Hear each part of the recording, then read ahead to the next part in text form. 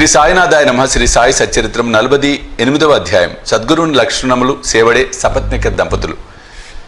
ఈ అధ్యాయం ప్రారంభించినప్పుడు ఎవరో హేమాడ్ పంతును బాబా గురువా లేక సద్గురువా అని ప్రశ్నించిరి. ఆ ప్రశ్నకు సమాధానం ఇచ్చుటకై సద్గురువు లక్షణములను హేమాడ్ పంత్ ఇట్లు వర్ణించుచున్నాడు.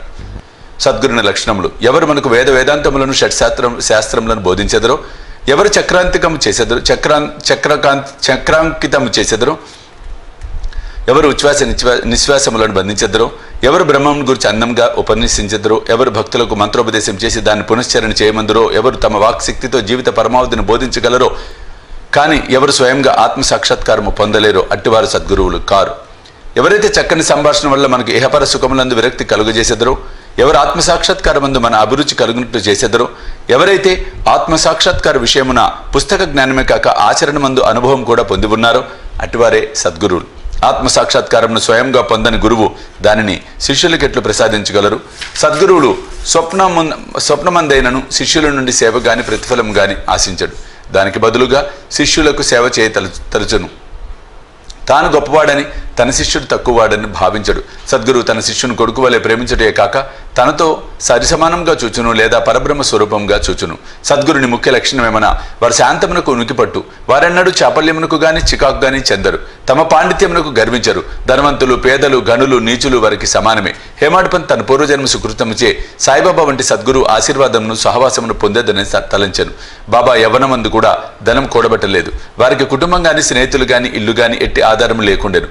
18 ఏళ్ల వయసు నుండి వారు మనసును స్వాధీనముందుంచుకుని ఒంటరిగా నిర్భయంగా ఉండేవారు. వారెల్లప్పుడూ ఆత్మానుసంధానమునందు మునిగి ఉండేవారు. భక్తులు స్వచ్ఛమైన అభిమానమును చూచి వారి మేలు కొరకు ఏవైనా చేయుచుండేవారు.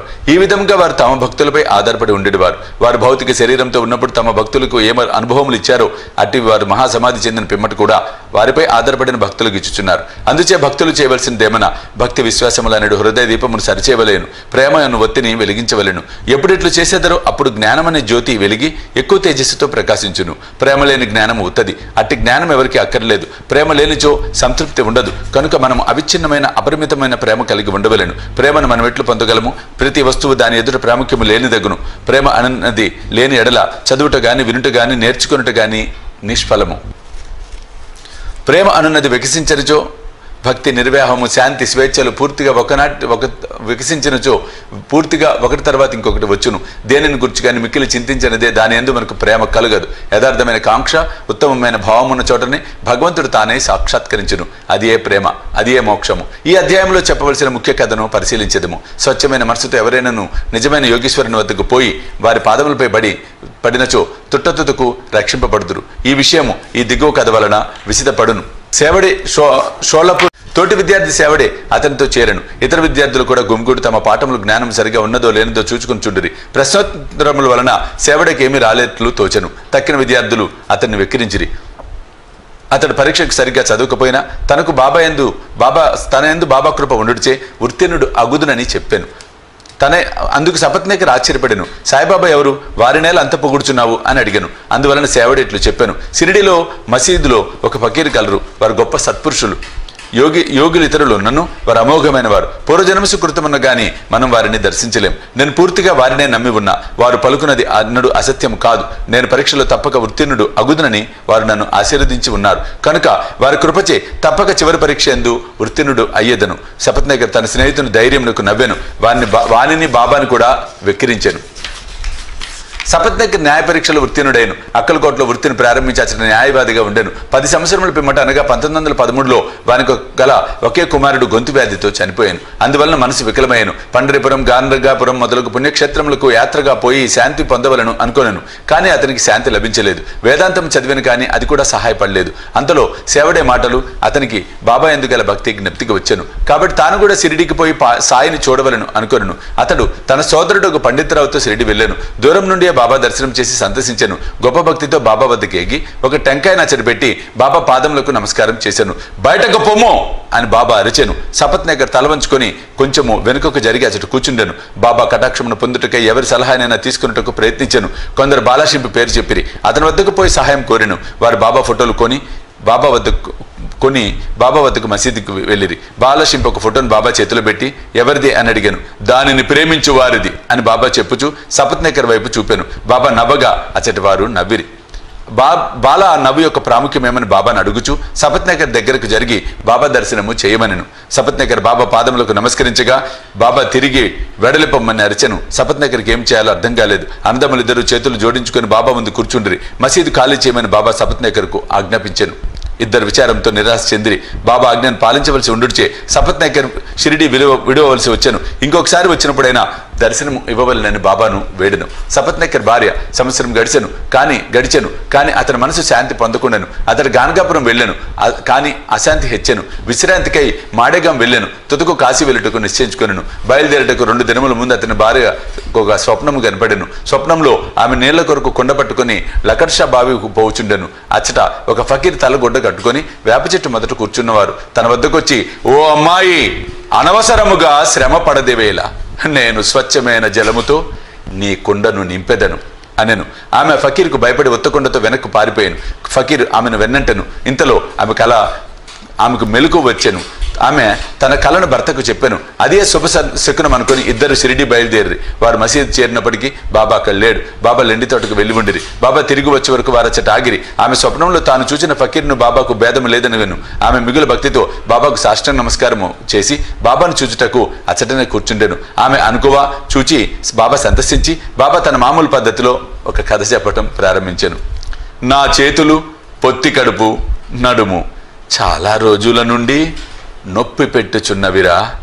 అనేక ఔషధములు పుచ్చుకొంటిని కానీ నొప్పులు తగ్గలేదు. మందులు ఫలమీయకపోవుటచే విసుగు చెంది తిని కానీ నా నొప్పులన్నీ ఇచట వెంటనే నిష్క్రమించుటకు ఆశ్చర్యపడుచుంటుంది అనెను. పేరు చెప్పనప్పటికీ ఆ వృత్తాంతం అంతా సపత్నగర్ భార్యది. ఆమె నొప్పులు బాబా చెప్పిన ప్రకారం త్వరలో తగ్గిపోవడిచే ఆమె సంతసించెను.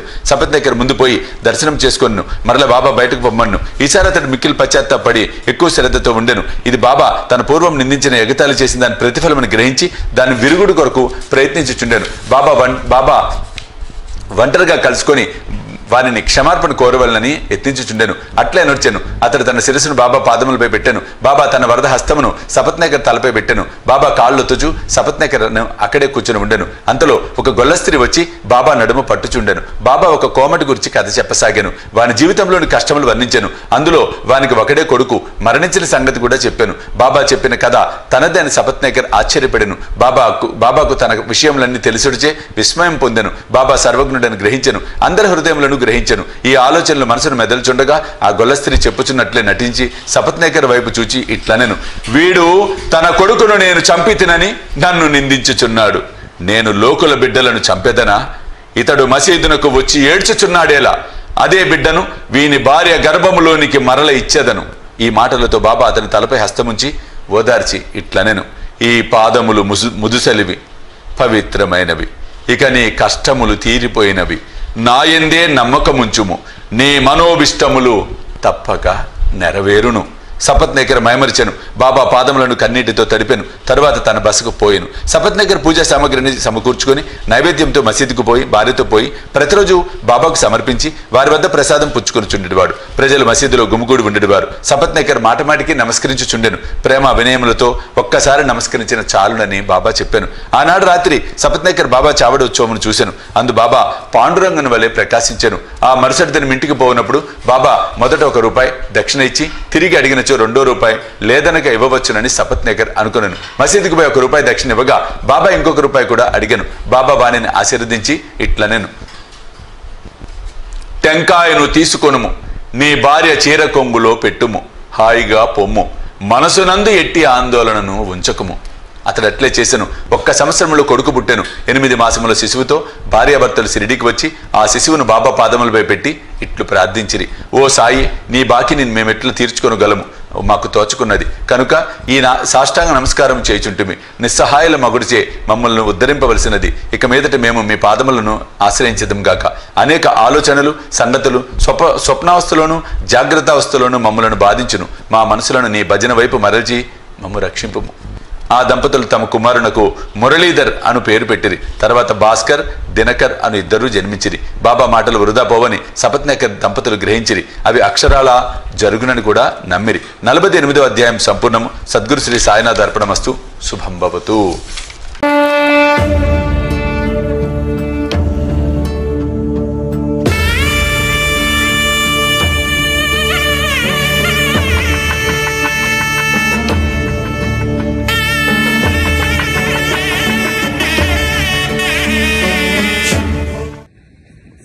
దివ్య రక్షా కవచ యంత్రానికి